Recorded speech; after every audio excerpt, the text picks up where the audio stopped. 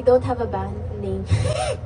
This song is entitled Buti Pa Si Ano. Part of the album Pinoy Classics, tackles more on toxic Filipino culture, mindset, and tradition.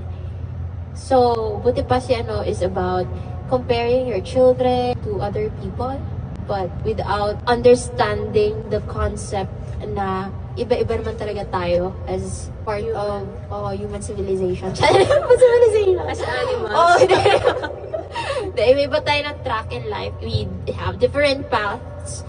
We just have to take our time. Our own time, our own pace. So together with me is Sharish. And Sean, the drummer, Sharish, the bass. And naghahanap pa kami nung sana, please. Baka naman. 1, 2, 3, and